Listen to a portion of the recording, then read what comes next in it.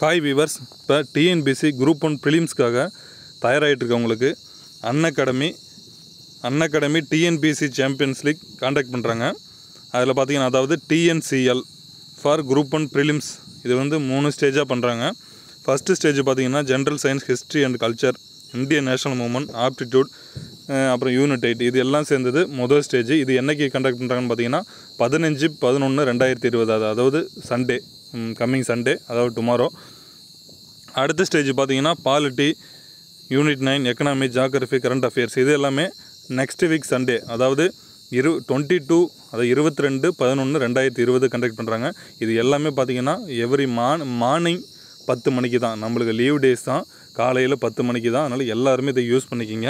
அதே போல் இது ஃபினாலே பார்த்தீங்கன்னா இது ரெண்டு முடிஞ்ச பிறகு finale complete group 1 prelims paper, ஓகேங்களா. இது எல்லாமே டாப்பர்ஸ் எஜுகேட்டர் தான் இதை வந்து உங்களுக்கு டீச் பண்ணுறாங்க. உங்களுக்கு எல்லாமே கிளியராக புரியும்.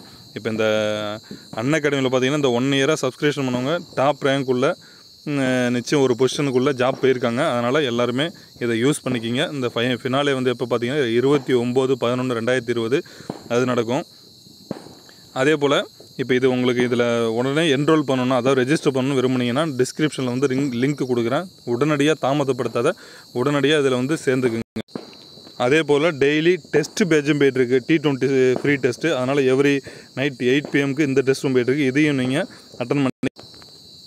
இப்போ ஃபஸ்ட் ஒன் பார்த்தீங்கன்னா, இப்போ மேக்ஸ் எல்லாம் பார்த்தீங்கன்னா இந்த வடிவியல் சம்மந்தமாக நம்மளுக்கு சம்மு கேட்டால் ஓரளவு எல்லாருமே ஒர்க் அவுட் பண்ணி போட்டுருவோம். பட் ஆனால் இதேமாதிரி தியரிட்டிக்கல் கொஷினில் வந்து நிறைய பேர் வந்து மார்க் எடுக்க தவறுறாங்க. அவங்களுக்காக தான் இப்போ அந்த ஒரு 12 கொஷின் போட்டிருக்கோம். இது கண்டிப்பாக ரிப்பீட்டட் கொஷின் தான். இதை நீங்கள் ஓரளவு அனலைஸ் பண்ணி குறித்து வச்சிங்க. நான் பொறுமையாகவே சொல்கிறேன். இப்போ ஃபஸ்ட்டு கேள்வி பார்த்தீங்கன்னா, ஒரு முக்கோணத்தின் 3 பக்கங்களின் மைய குத்துக்கோடுகள் சந்திக்கும் புள்ளி சுற்றுவட்ட மையம். இது வந்து ரொம்ப முக்கியமான கொஷின். ஒரு முக்கோணத்தின் 3 பக்கங்களின் மைய குத்துக்கோடுகள் சந்திக்கும் புள்ளி சுற்றுவட்ட மையம். இது எல்லாமே பார்த்தீங்கன்னா செங்கோட்டு மையம்னு ஆப்ஷனில் இருக்கும், குத்துக்கோட்டு மையம்னு இருக்கும். நம்ம தப்பாக அடிச்சிடக்கூடாது. ஒரு முக்கோணத்தின் 3 பக்கங்களின் மைய குத்துக்கோடுகள் சந்திக்கும் புள்ளி சுற்றுவட்ட மையம். எல்லாருமே நீங்கள் வேணால் எடுத்து குறித்து வச்சிங்க நோட்டில். அடுத்த செகண்ட் கொஷின் பார்த்தீங்கன்னா, நடுக்கோட்டு மையம் ஒவ்வொரு நடுக்கோட்டையும் எந்த விகிதத்தில் பிரிக்கும்?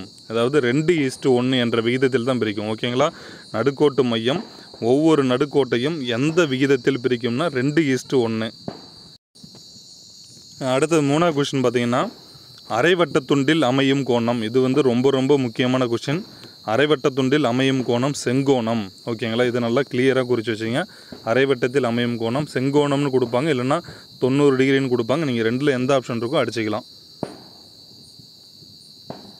அடுத்தது பார்த்தீங்கன்னா, இது ரொம்ப முக்கியமானதான். பெரிய வட்டத்துண்டில் அமையும் கோணம்.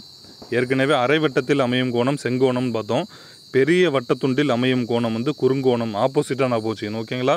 பெரிய வட்டத்துண்டில் அமையும் கோணம் குறுங்கோணம். அடுத்தது பார்த்தீங்கன்னா, சிறிய வட்டத்துண்டில் அமையும் கோணம் வந்து விரிகோணம். இது மூணுமே ரொம்ப முக்கியமானதுங்க. ஃபஸ்ட்டு அரைவட்டத்தில் அமையும் கோணம் செங்கோணம், பெரிய வட்டத்துண்டில் அமையும் கோணம் குறுங்கோணம், சிறிய வட்டத்துண்டில் அமையும் கோணம் விரிகோணம், ஓகேங்களா. இது மூணுத்தையும் லிங்க் பண்ணி தெளிவாக பார்த்துக்குங்க. அடுத்தது பார்த்தீங்கன்னா, இதுவும் ரொம்ப முக்கியமானதான். ஏலா நிகழ்ச்சியின் நிகழ்தகவு வந்து 0. ஏலா நிகழ்ச்சினா நம்ம தமிழில் எல்லாருக்கும் மீனிங் புரியாது. ஒரு செயல் வந்து நடக்காதுன்னு சொன்னால் நிகழ்தகவு வந்து 0. உறுதியான நிகழ்ச்சியின் நிகழ்தகவுன்னா 1ன்னு அர்த்தம், ஓகேங்களா.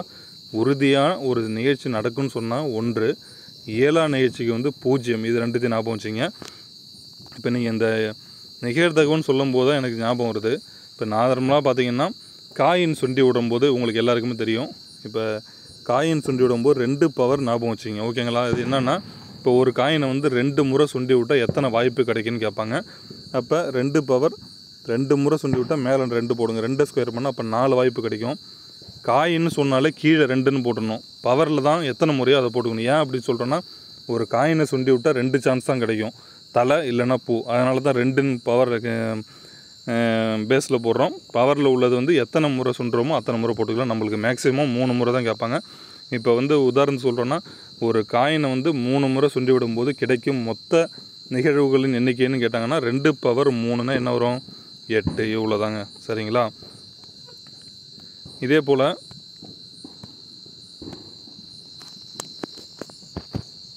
பகடைக்கு என்ன கேட்டாங்கன்னா, இப்போ நிகழ்தகவுக்கு ஓகே, காயின் காசு காயினுக்கு ஓகே. இதே பகடைன்னா நம்மளுக்கு தெரியும். பகடைன்னா என்ன, மொத்தம் 6 பக்கம் இருக்கும். அப்போ இங்கே 2 போட்டதுக்கு பதிலாக 6ன்னு போட்டுக்கணும். ஓகேங்களா? இப்போ கொஷின் கேட்பாங்க, பகடையை வந்து 2 முறை உருட்டும் போது எத்தனை வாய்ப்பு கிடைக்கும்னா 6 பவர் 2 என்ன வரும், 36. இதேமாரி தான் நான் உதாரணத்துக்கு சொல்கிறேன். காயின்னா தலைப்பூ 2 சான்ஸு, பகடைன்னா 6 வாய்ப்பு, அதனால தான் 6ன்னு போட்டோம். ஓகேங்களா? இதை யூஸ் பண்ணிக்கிட்டு நீங்கள் எல்லா கணக்குமே சால்வ் பண்ணுங்கள். ஒற்றை எண், இரட்டை எண், நிகழ்தகவுக்கு பொதுவான ஃபார்முலா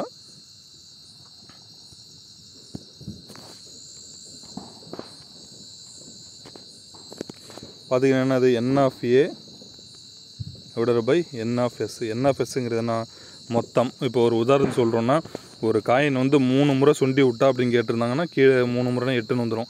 என்ன கேட்டிருக்காங்களோ அதுக்கு ஏற்றபடி எத்தனை எண்ணி பார்த்து அதில் போட்டுடலாம்.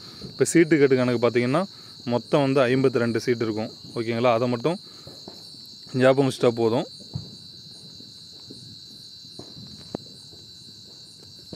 அடுத்த 7வது கேள்வி ரொம்ப ரொம்ப முக்கியமானதுங்க. எக்ஸ் அச்சும் ஒய் அச்சும் சந்திக்கும் புள்ளி எது?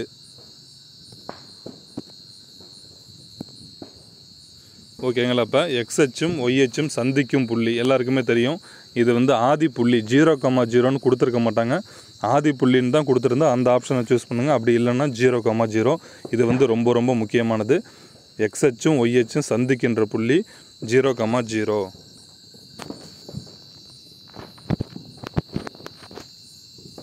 இப்போ அடுத்து பார்த்தீங்கன்னா இந்த சொல்லும்போது நான் இன்னொன்று சொல்லி நான் ஆசைப்படுறேன். எக்ஸ் அச்சின் சமன்பாடுன்னா ஒய் ஈக்குவல் டு 0, ஒய் அச்சின் சமன்பாடுன்னா எக்ஸ் ஈக்குவல் டு 0. இது ரெண்டுத்தையும் ஞாபகம் வச்சுங்க. எக்ஸ் அச்சின் சமன்பாடுன்னா மாற்றி ஞாபகம் வச்சுக்கணும், ஒய் ஈக்குவல் டு 0, ஒய் அச்சின் சமன்பாடுன்னா எக்ஸ் ஈக்குவல் டு 0. அப்படியே ஆப்போசிட்டாக ஞாபகம் வச்சுங்க. இதுவும் ரொம்ப ரொம்ப முக்கியமானது. எக்ஸ் அச்சும் ஒய் அச்சும் சந்திக்கிற புள்ளி வந்து 0,0. இந்த கால் பகுதி கேட்டாங்கன்னா இதுதான் முதல் கால் பகுதி, இது 2, இது 3, இது 4. நம்ம குறித்து பார்த்து ஈஸியாக கண்டுபிடிச்சிடலாம். அடுத்தது 8வது கேள்வி பார்த்தீங்கன்னா, ஒரே வட்டத்துண்டில் அமையும் கோணங்கள் அப்படின்னு கொடுத்துருவாங்க. ஒரே வட்டத்துண்டில் அமையும் கோணங்கள்னால் சமம், வெவ்வேறானவை, இதே மாதிரி கொடுத்துருப்பாங்க. நம்ம வந்து சமம் நடிச்சிடணும். ஓகேங்களா? ஒரே வட்டத்துண்டில் அமையும் கோணங்கள் சமம். அடுத்தது 9வது கேள்வி, இதுவும் முக்கியமானது. ஒரு முக்கோணத்தின் 3 உச்சிகளிலிருந்து வரையப்படும் செங்குத்து கோடுகள் சந்திக்கும் புள்ளி. செங்குத்து கோடுகள் சந்திக்கும் புள்ளி வந்து செங்கோட்டு மையம் அல்லது குத்துக்கோட்டு மையம். ஏற்கனவே நம்ம சுற்றுவட்ட மையம் பார்த்துருப்போம். இது வந்து செங்கோட்டு மையம் அல்லது குத்துக்கோட்டு மையம். ஒரு முக்கோணத்தின் 3 உச்சிகளில் இருந்து வரையப்படும் செங்குத்து கோடுகள் சந்திக்கும் புள்ளி செங்கோட்டு மையம் அல்லது குத்துக்கோட்டு மையம். அடுத்தது 10வது கொஸ்டின் ரொம்ப ரொம்ப முக்கியமானது. இது ஏற்கனவே டெட் எக்ஸாமில் கேட்டிருக்காங்க. ஒரு முக்கோணத்தின் 3 கோண இருசமவெட்டிகள் சந்திக்கும் புள்ளி. ஒரு முக்கோணத்தின் 3 கோண இருசமவெட்டிகள் சந்திக்கும் புள்ளி உள்வட்ட மையம் எனப்படும். ஓகேங்களா? கோண இருசமவெட்டி, இந்த வார்த்தையை ஞாபகம் வச்சிங்க, உள்வட்ட மையம். அடுத்து பார்த்தீங்கன்னா, வட்ட நாற்கரத்தில் ஒவ்வொரு சோடி எதிர்கோணங்களின் கூடுதல் 180. ஓகேங்களா? முழுசாக சொல்லணுன்னா தான் வட்ட நாற்கரத்துக்கு 360ன்னு வரும். எதிர் கோணங்களின் கூடுதல், ஒவ்வொரு சோடி எதிர்கோணங்களின் கூடுதல் 180 டிகிரி. ஓகேங்களா? இதுவும் ஏற்கனவே ஆசிரியர் தகுதி தேர்வு, டிஎன்பிசி, போலீஸ் எக்ஸாம் எல்லாத்துலையும் கேட்டிருக்காங்க. ஒரு வட்ட நாற்கரத்தில் ஒவ்வொரு சோடி எதிர்கோணங்களின் கூடுதல் 180 டிகிரி. ஓகேங்களா? அடுத்தது பாருங்கள், 12வது கொஸ்டின் பார்த்தீங்கன்னா, ஒரே கோட்டில் அமையாத 3 புள்ளிகள் வழியே எத்தனை வட்டம் வரைய முடியும்? இது வந்து நிறைய பேருக்கு டவுட் வரும். எல்லாமே அந்த 3 அந்த நம்பரை பார்த்துட்டு அப்படியே அடிப்பீங்க. இது வந்து ரொம்ப ரொம்ப முக்கியமானது. இதுவும் ஏற்கனவே ரிப்பீட்டட் கொஸ்டின் தான். ஒரே கோட்டில் அமையாத 3 புள்ளிகள் வழியே ஒரே ஒரு வட்டம் மட்டும்தான் வரைய முடியும். ஓகேங்களா? 3 புள்ளி வரையே எத்தனை வட்டம் வரைய முடியும்னா ஒரே ஒரு வட்டம் மட்டும்தான் வரைய முடியும். அதனால் இதை நல்லா ஞாபகம் வச்சுங்க. இன்னும் நிறைய கொஸ்டின் இருக்குது. நிச்சயம் நான் வந்து உங்களுக்கு அடுத்தடுத்ததில் சொல்கிறோம். இது வந்து இந்த தியரிட்டிக்கலாக இருக்கிறதுல உங்களுக்கு நான் இது பண்ணேன். ஓகேங்களா? இதில் எல்லாமே ரொம்ப ரொம்ப முக்கியமான கொஷின், ரிப்பீட்டட் கொஷின் தான். நான் அடுத்தது இன்னும் கண்டிப்பாக கலெக்ட் பண்ணி உங்களுக்காக முழுசாக போடுறேன். நம்ம சேனல் வந்து சப்ஸ்கிரைப் பண்ணுங்கள். நன்றி.